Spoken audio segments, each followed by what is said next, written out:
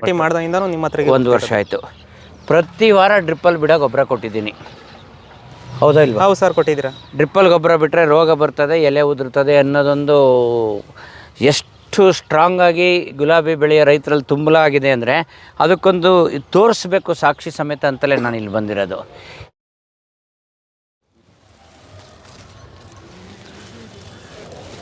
ಓ ಮೈ god,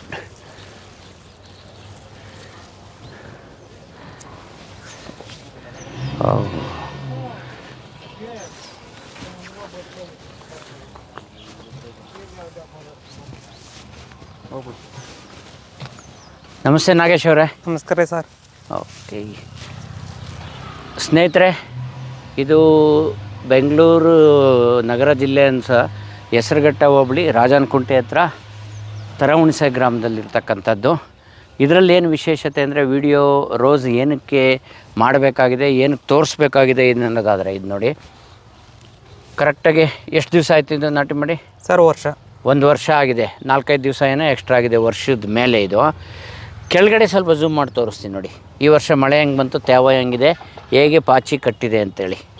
so ಮಧ್ಯದಲ್ಲಿ ಸೇವಂತಿಗೆನೂ ಇದೆ. ಇಷ್ಟಿದ್ರೂ ಇದು ನೋಡಿ, ಇದು ಒಂದು ಗ್ರೀನರಿ, ಎಲೆಗಳ ಗುಂಪು ಹೇಗಿದೆ, ಹೂಗಳ ಗೊಂಚಲುಗಳು ಹೇಗಿದೆ. ಇದು 800 ಗಿಡ ಅಲ್ಲ? ಹೌದು ಸರ್, 15 ಕುಂಟೆ 800 ಗಿಡ. ಓಕೆ, ನಿಮ್ಗೀಗ ದಿನ ಬಿಡಿಸ್ತೀರಾ, ದಿವಸ ಬಿಟ್ಟು ದಿವಸ ಬಿಡಿಸ್ತಾ ಇದ್ದೀರಾ? ದಿವಸ ಬಿಟ್ಟು ದಿವಸ ಸರ್. ದಿವಸ ಬಿಟ್ಟು ದಿವಸ. ಈಗ ಎಷ್ಟು ಕೆ ಜಿ ಸಿಗ್ತಾ ಇದೆ ಈ ವಾರದಲ್ಲಿ? ಒಂದು 85 kg ಸಿಗುತ್ತೆ ಸರ್. ದಿವಸ ಬಿಟ್ಟು ದಿವಸ 85 kg ಸಿಗ್ತದೆ 800 ಗಿಡಗಳಿಗೆ. ಹೌದು ಸರ್. ಈಗ ನಿಮ್ಮ ಮನೆಯವರೇ ಬಿಡಿಸ್ಕೊಳ್ತೀರಾ? ಹೌದು ಸರ್, ಕೆಲಸದವ್ರು ನಾನು ನಮ್ಮ ಮಿಸಸ್ ಇಬ್ಬರೇ ಬಿಡಿಸ್ಕೊಳ್ತೀರಾ ಮನೆಯವರೇ? ಸೊ ಅದೇನು ಖರ್ಚಿಲ್ಲ. ಇಲ್ಲ. ತಿಂಗಳಿಗೆ 4 ಸ್ಪ್ರೇ. ಹೌದು ಸರ್. 4 ಸ್ಪ್ರೇ ನಿಮಗೆ 2000 ಚಿಲ್ಲರೆ ಖರ್ಚಾಗ್ತದೆ ಡ್ರಿಪ್ಪಲ್ಲಿ ಬಿಡೋದನ್ನು. ಹೌದು ಸರ್. ಸ್ನೇಹಿತರೆ, ಈ ವಿಡಿಯೋದಲ್ಲಿ ನಿಂತು ನಾನು ಒಂದು ಹೈಲೈಟ್ ಮಾಡ್ತಕ್ಕಂಥದ್ದು, ನಾಟಿ ಮಾಡಿದಾಗ್ಲಿಂದ ಇಲ್ಲೇ ಅಲ್ವಾ ಬರ್ತಾರೆ ನಮ್ಮ ಹತ್ರ? ಹೌದು ಸರ್, ನಾಟಿ ಮಾಡ್ದಾಗಿಂದನೂ ನಿಮ್ಮ ಹತ್ರ 1 ವರ್ಷ ಆಯಿತು. ಪ್ರತಿ ವಾರ ಡ್ರಿಪ್ಪಲ್ಲಿ ಬಿಡೋ ಗೊಬ್ಬರ ಕೊಟ್ಟಿದ್ದೀನಿ, ಹೌದಾ ಇಲ್ವಾ? ಹೌದು ಸರ್, ಕೊಟ್ಟಿದ್ದೀರಾ. ಡ್ರಿಪ್ಪಲ್ಲಿ ಗೊಬ್ಬರ ಬಿಟ್ಟರೆ ರೋಗ ಬರ್ತದೆ, ಎಲೆ ಉದುರ್ತದೆ ಅನ್ನೋದೊಂದು ಎಷ್ಟು ಸ್ಟ್ರಾಂಗಾಗಿ ಗುಲಾಬಿ ಬೆಳೆಯೋ ರೈತರಲ್ಲಿ ತುಂಬಲಾಗಿದೆ ಅಂದರೆ ಅದಕ್ಕೊಂದು ತೋರಿಸ್ಬೇಕು ಸಾಕ್ಷಿ ಸಮೇತ ಅಂತಲೇ ನಾನು ಇಲ್ಲಿ ಬಂದಿರೋದು. ಎಲೆ ಉದುರೋದು ನೀವು ಗೊಬ್ಬರ ಕೊಡಲಿ, ಗೊಬ್ಬರ ಕೊಡದೇ ಇರಲಿ, ನಿರಂತರವಾಗಿ ಎಲೆ ಉದುರೋದು ಒಂದು ನಡೀತಲೇ ಇರ್ತದೆ. ಕೆಲವು ಸೀಸನ್ ರೋಗದ ತೀವ್ರತೆ ಜಾಸ್ತಿ ಆದಾಗ ಎಲೆ ಉದುರ್ತದೆ ನೋಡಿ. ಇಲ್ಲೂ ಎಲೆ ಉದುರಿರೋದು ಕಾಣಿಸ್ತದೆ ನಿಮಗೆ. ಬಟ್ ಗಿಡದಲ್ಲಿ ಎಲೆ ಇದೆಯೋ ಇಲ್ವೋ? ನೀವು ಗಿಡಕ್ಕೆ ಬೇಕಾದಷ್ಟು ಶಕ್ತಿ ಕೊಟ್ಟಾಗ ಎಲೆ ಉದುರೂ ಏನು ತೊಂದರೆ ಇಲ್ಲ, ಮತ್ತು ಎಲೆ ಬರ್ತಲೇ ಇರ್ತದೆ. ಹಾಗೆ ಬನ್ನಿ ನೋಡ್ತಾ ಹೋಗೋಣ. ಈಗ ಇದಕ್ಕೆ ಮೊದಲು ರೋಸ್ ಇತ್ತಾ ನಿಮ್ಮದು ಬೇರೆ? ಇದೇ ಫಸ್ಟ್? ಇಲ್ಲ ಸರ್, ಇದೇ ಫಸ್ಟು. ಇದೇ ಫಸ್ಟ್ ಹಾಕಿರೋದು ನೀವು.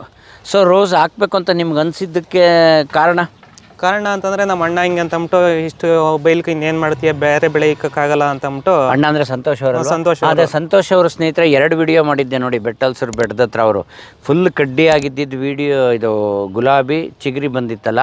ಸೊ ಅಲ್ಲ ಅವರು ಕಾನ್ಫಿಡೆನ್ಸ್ ಬಂದಿದ್ದು. ಇವರು ಅವ್ರ ಬ್ರದರ್ಗೆ ಹೇಳಿದರು, ಅವರು ಇಲ್ಲಿದ್ದಾರೆ ಈ ಫೀಲ್ಡಲ್ಲಿ, ಸಂತೋಷ್ ಅವರು. ಆ ಸ್ಫೂರ್ತಿನಲ್ಲಿ ಇವ್ರು ಮಾಡಿದ್ದು. ಸುಮ್ಮನೆ ಅದ ಮೇಲೆ ತೋರಿಸ್ತೀನಿ ಕೆನಪಿ ನೋಡಿ. ಚಿಗುರುಗಳು ನಿರಂತರವಾಗಿ, ಹೂವುಗಳು ಮೊಗ್ಗುಗಳು ಹೇಗಿದೆ. ಸೊ ಒಂದು ನೀವು ಏನು ತಿಳ್ಕೊಂಡಿದ್ದೀರ ಗುಲಾಬಿನಲ್ಲಿ, ಆ ಥಾಟ್ನ ಬಿಟ್ಬಿಡಿ ಅಂತ ಹೇಳೋಕ್ಕಾಗಿಯೇ ಈ ವಿಡಿಯೋ ಮಾಡಿ ನಿಮಗೆ ಸಾಕ್ಷಿ ಸಮೇತ ತೋರಿಸ್ತಾ ಇರೋದು. ಒಂದು ಯಾವುದೇ ಬೆಳೆ ಥರ ಇದು ಒಂದು ಬೆಳೆ. ಇದು ಯಾವುದಕ್ಕೂ ಅಲರ್ಜಿ ಇಲ್ಲ.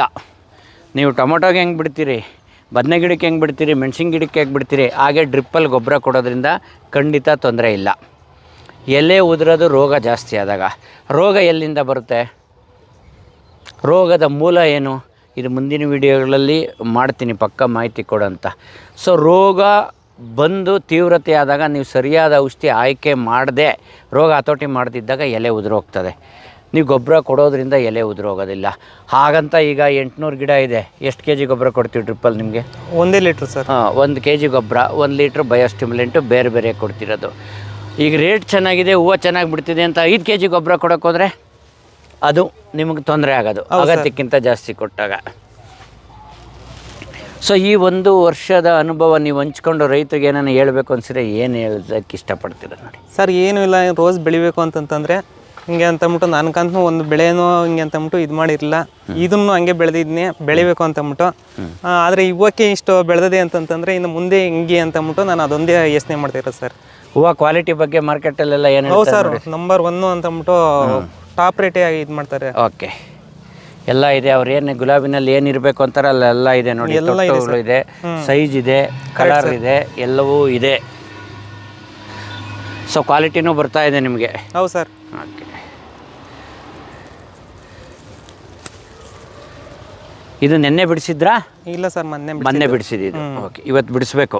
ಇವತ್ತು ಬಿಡಿಸ್ಬೇಕು. ಅಂದರೆ ನೀವು ಬೆಂಗಳೂರು ಮಾರ್ಕೆಟ್ಗೆ ಹಾಕೋದು? ಬೆಂಗಳೂರು ಮಾರ್ಕೆಟ್ ಹಾಕೋದು. ಓಕೆ, ಈಗ ಏನು ಬೆಲೆ ಇದೆ?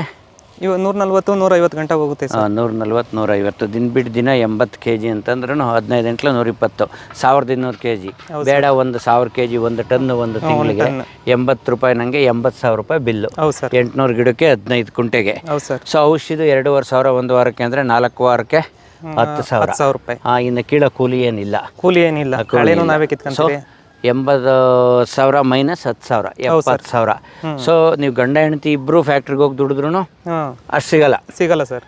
ಇದು ನೆಮ್ಮದಿಯಾಗಿ ಏನು ದಿನ ಪೂರ್ತಿ ಕೆಲಸ ಏನಿಲ್ಲ. ಬೆಳಿಗ್ಗೆ 10 ಗಂಟೆ 11 ಗಂಟೆ ಮಾಡ್ಕೊಂತೀರಿ, ತಿರ್ಗಾ 3 ಗಂಟೆ ಮೇಲೆ ಹೂವು ಬಿಡ್ಸ್ಕೊಂತೀರಿ. ನೋಡಿ ಸ್ನೇಹಿತರೆ, ಇಲ್ಲಿ ಜಮೀನು ಬೆಲೆನೂ ಹಾಗೇ ಇದೆ. ಅಡಿ ಲೆಕ್ಕದಲ್ಲಿ ಅಡಿಗೆ 3,000ಕ್ಕಿಂತ ಹೆಚ್ಚು ಬೆಲೆ ಬಾಳೋ ಅಂಥ ಜಾಗದಲ್ಲಿ 15 ಕುಂಟೆ ಜಮೀನಲ್ಲಿ ಇಷ್ಟು ದುಡಿಯೋಕ್ಕೆ ಸಾಧ್ಯ ಆಗ್ತಿದೆ ಅಂದರೆ ಈ ಬೆಳೆಗೆ ವೈಜ್ಞಾನಿಕವಾಗಿ ಏನು ಮಾಡಬೇಕೋ ಅದು ಮಾಡಬೇಕು ಅಂತ. ನೋಡಿ, ಸ್ವಲ್ಪ ಬುಡದಲ್ಲಿ ಎತ್ತರ ಮಾಡಿದ್ದಾರೆ ಮಣ್ಣು.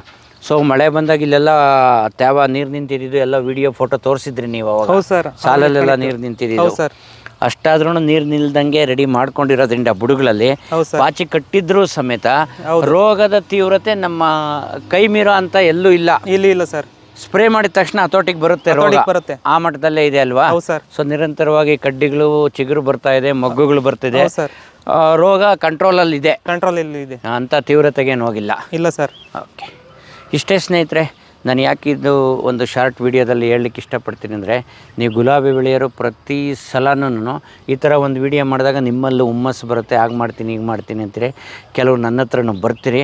ಆಗಲೇ 1 ಸರಿ 2 ಸರಿ ಮಾಡಿಬಿಟ್ಟು ಈಗಾಗಲೇ ಇನ್ನು, ಯಾಕಂದರೆ ಮೊದಲಿಂದ ನೀವು ಹೇಗೆ ಮಾಡಿರ್ತೀನಿ ಅಂದರೆ ಔಷಧಿಗಳ ಮೇಲೆ ಜಾಸ್ತಿ ಡಿಪೆಂಡ್ ಆಗಿದ್ದೀರಾ ಗುಲಾಬಿ ಬೆಳೆಯೋಕ್ಕೆ. ಆ್ಯಕ್ಚುಲಿ ಔಷಧಿಗಳು ಮುಖ್ಯ ಅಲ್ಲ, ಗಿಡಗಳ ಆರೈಕೆ ಮುಖ್ಯ, ತೋಟ ನೀಟಾಗಿ ಇಟ್ಕೊಳ್ಳೋದು ಮುಖ್ಯ. ಅದು ಒಟ್ಟಿಗೆ ತುಂಬಿದ್ರೆ ಹಿಂಗೆ ಅಂತ ಅಂದ್ಬಿಟ್ಟು ಅದೇ ಗಿಡ ಅದು ಆಟೋಮೆಟಿಕಾಗಿ ಬರುತ್ತೆ. ಇವಾಗ ನಂಗೆ ಗೊಬ್ಬರ ಅನ್ನೋದು ಹಾಕಿರಲಿಲ್ಲ. ಇವಾಗ ಏನು ದಿಬ್ಬ ತಳ್ಳಿ ಹಿಂಡಿ ಹಾಕ್ಬಿಟ್ಟು ಲಾಗೋಡ್ ಹಾಕಿದ್ನಿ. ಅಷ್ಟು ಬಿಟ್ಟ ಮೇಲೆ ಹಿಂಗೆ ಅಂತ ಅಂದ್ಬಿಟ್ಟು ನೀವು ಕೊಟ್ಟಿರೋ ಔಷಧಿನೇ ನಾವು ಮೇಂಟೈನ್ ಮಾಡ್ತಾ ಇರೋದು. ಸೊ ಇಷ್ಟೇ ಸ್ನೇಹಿತರೆ, ಭಾಳ ಸರಳವಾಗಿ ನೀವು ನಾನೇನು ನ್ಯೂಟ್ರಿಷನ್ ಶೆಡ್ಯೂಲ್ ಒಂದು ಮಾಡಿದ್ದೀನಿ ಅದನ್ನು ನೀವು ಬರೆದಿಟ್ಕೊಂಡು ಫಾಲೋ ಮಾಡ್ಬೋದು. ವಾರಕ್ಕೊಂದ್ಸರಿ ಬಯೋ ಸ್ಟಿಮ್ಯುಲೆಂಟ್ಗಳನ್ನು ಬಳಸೋದು, ವಾರಕ್ಕೊಂದ್ಸರಿ ವಾಟರ್ ಸಾಲ್ಯುಬಲ್ ಫರ್ಟಿಲೈಸರ್ ಬಳಸ್ತಕ್ಕಂಥದ್ದು, 2 ತಿಂಗಳಿಗೊಂದ್ಸರಿ ಭೂಮಿಗೆ ಈ ನೀವೇನು ಮೂಟೆ ಗೊಬ್ಬರ ಅಂತೀರ 50 kgದು ಆ ಥರದ ಗೊಬ್ಬರ ಹಾಕ್ತಕ್ಕಂಥದ್ದು. ಹಾಗೆಯೇ ವರ್ಷಕ್ಕೆ 2 ಸರಿ ತಿಪ್ಪೆ ಗೊಬ್ಬರ, ಈ ಥರದ್ದು ಸಾವಯವ ಗೊಬ್ಬರಗಳು, ಗ್ರಾನ್ಯೂಲ್ಸು, ಇವುಗಳು ಹಾಕೋದ್ರಿಂದ. ವರ್ಷದಿಂದನೂ ನಾನು ಗೊಬ್ಬರನೇ ಹಾಕಿಲ್ಲ ಇದಕ್ಕೆ. ಈಗ ಹಾಕಿದ್ದೀರ ಮೊನ್ನೆ? ಇವಾಗ ಹಾಕ್ಬೇಕು ಸರ್. ಸಂಕ್ರಾಂತಿ ಹಬ್ಬಕ್ಕೆ ಹಾಕಬೇಕು. ಓಕೆ. ಸೊ ಇದೆಲ್ಲ ಈ ಥರ ಮಾಡಿರೋದ್ರಿಂದ ಈಗ ಬೆಳೆ ಹೀಗೆ ನಿಲ್ಲಲಿಕ್ಕೆ ಸಾಧ್ಯ ಆಗಿದೆ ಸ್ನೇಹಿತರೆ. ಅಷ್ಟೇ, ನೀವು ಒಂದು ದೃಢವಾದ ಸಂಕಲ್ಪ ಮಾಡಿ, ಎಲ್ಲಿ ತಪ್ಪಾಗಿದೆ ಅಂತ ನೀವು ಅರ್ಥ ಆಗುತ್ತೆ ನಿಮಗೆ, ಅದನ್ನು ಸರಿ ಮಾಡ್ಕೊಳ್ತಾ ಹೋಗಿ ಸರಿ ಹೋಗುತ್ತೆ ಸ್ನೇಹಿತರೆ. ಸೊ ಇನ್ನೊಂದು ರಿಕ್ವೆಸ್ಟು, ತುಂಬ ಜನ ವೀಡಿಯೋ ನೋಡ್ತಿದ್ದೀರಿ, ಕೆಲವರು ಇನ್ನೂ ಸಬ್ಸ್ಕ್ರೈಬ್ ಆಗಿಲ್ಲ. ದಯವಿಟ್ಟು ನನ್ನ ಚಾನಲ್ಗೆ ಸಬ್ಸ್ಕ್ರೈಬ್ ಆಗಿ. ಹಾಗೆ ಈ ಥರ ಒಂದು ಒಳ್ಳೆಯದು ವಿಡಿಯೋ ಬಂದಾಗ, ಈ ಥರ ಒಂದು ಸಾಮಾನ್ಯ ರೈತರಿಗೆ ಈ ಥರ ದುಡಿಮೆಗೆ ಮಾರ್ಗ ಮಾಡಿಕೊಟ್ಟಿದೆಯಲ್ವಾ, ಈ ಥರದ ಅವಶ್ಯಕತೆ ಇರೋ ನಿಮ್ಮ ಸ್ನೇಹಿತರಿಗೆ ವಿಡಿಯೋ ಶೇರ್ ಮಾಡ್ಕೊಳ್ಳಿ ಅಂತ ಕೇಳ್ತೀನಿ. ಥ್ಯಾಂಕ್ ಯು ನಾಗೇಶ್ ಅವರೇ. Thank you sir.